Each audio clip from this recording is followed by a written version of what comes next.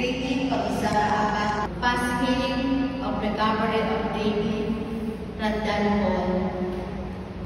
Ano ang masasabi ng mga alagad ni Jesus, anak ni Papa Banal, miyembro ng BEC, ng parokya ng Our Lady of Guadalupe?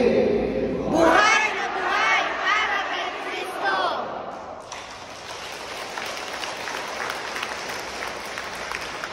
God is good. All the time!